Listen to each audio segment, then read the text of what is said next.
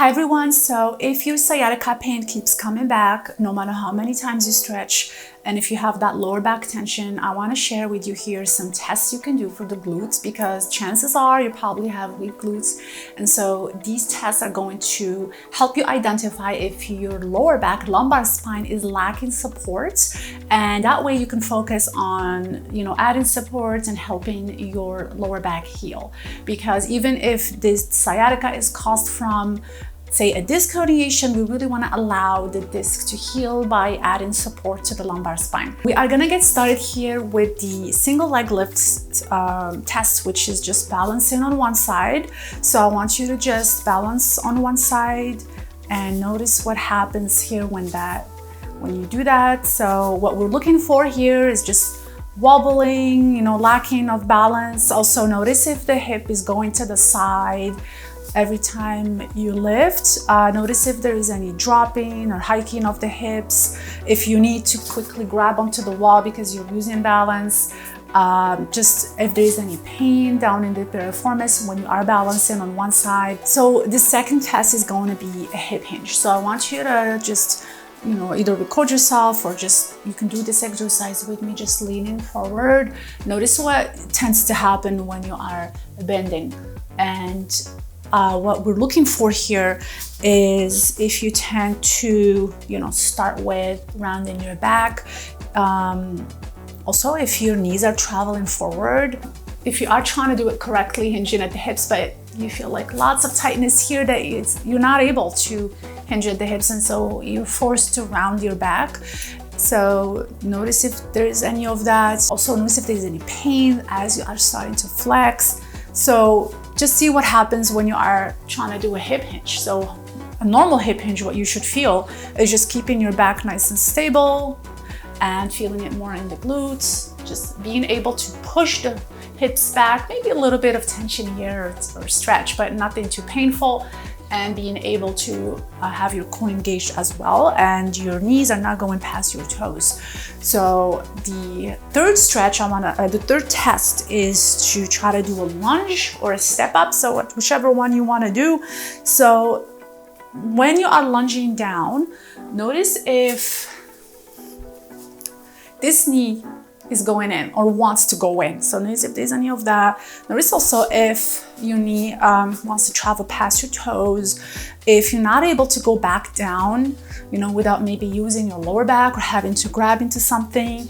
Notice if you are able to go down, if you're just feeling that pain in the piriformis, or maybe like just wobbly, lack of support. And you can also balance with the wall just to see what happens. But if there is still that knee wanting to go in, or your knee is going past your toes, or you're just lacking support, you're not feeling that there is any support from your glutes, there's definitely some glute weaknesses there.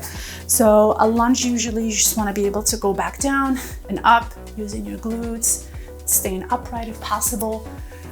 That will show you just a normal exercise, how it should be done, and if there's any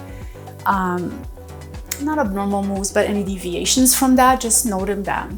All right, so I want to show you modifications for each of these tests to help you build the strength needed to do them properly, because these three tests are in and of themselves great exercises to help your glutes. So I want you to fix these tests to allow you to be able to do them and actually get some glute engagement there. So the first set, which is just balancing on one side, what I want you to do here is we're going to do like a three-way tap.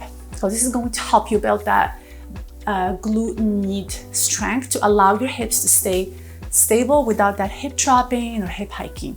So we're gonna balance on one side, the other leg, going just tap forward, tap to the side, tap to the back, just keeping those hips leveled.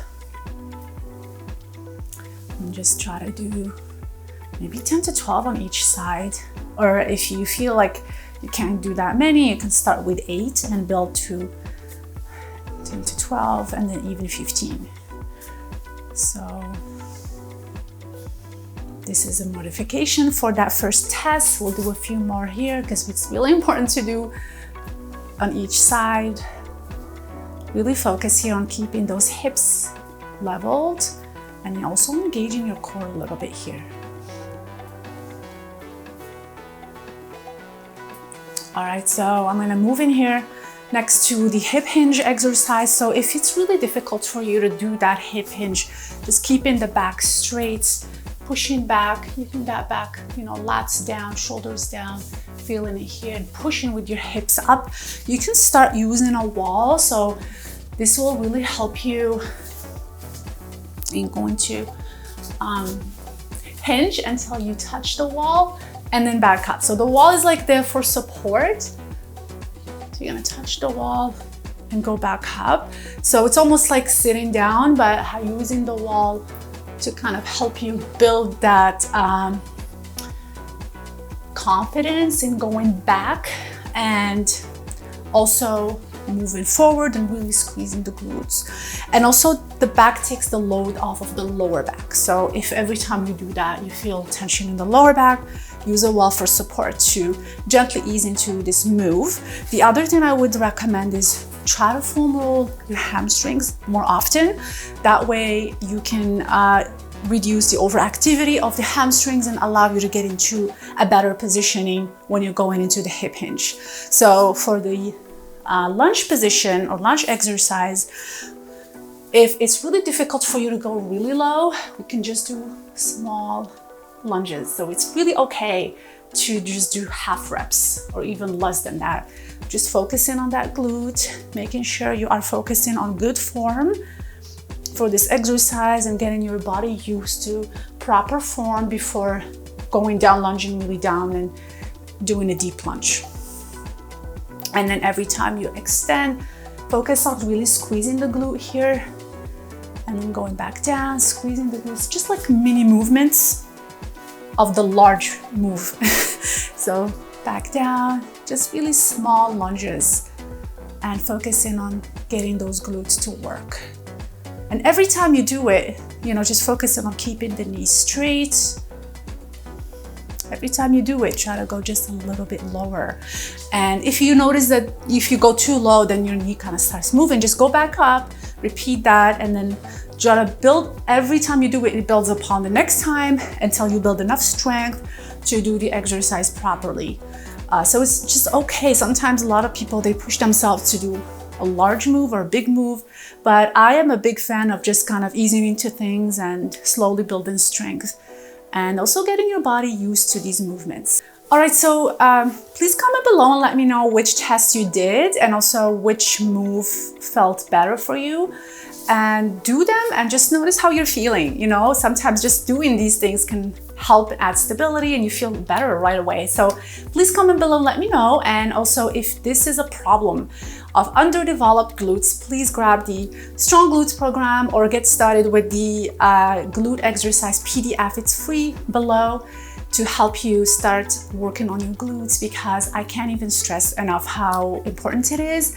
When I was diagnosed with an L5 S1 disc herniation as well as piriformis syndrome, like glute strengthening was so helpful for me, and in addition to deep core activation too. So it's just something that I highly recommend for anyone who wants to heal naturally, hopefully, and get you back up on your feet without pain. So thank you for watching and thank you for following along this video, and I will see you guys in the next one. If you need help with deep core exercises, I have a free PDF that includes the best exercises to activate and strengthen the transverse abdominis. Make sure to grab it, the link is below the video.